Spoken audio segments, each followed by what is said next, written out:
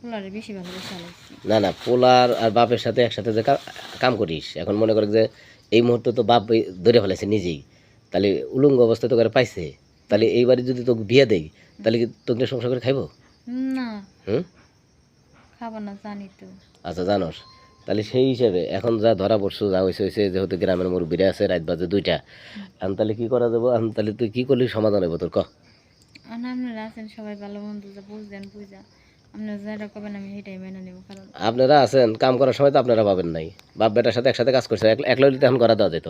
আর ওই বাড়িতে তুই কীভাবে শ্বশুর করে খাবি, যে বাড়িতে শ্বশুরও কামা করে? তাহলে তুই যদি ওই বাড়িতে থাকিস তাহলে তো তোর থেকে শান্তি নেই, তাই না?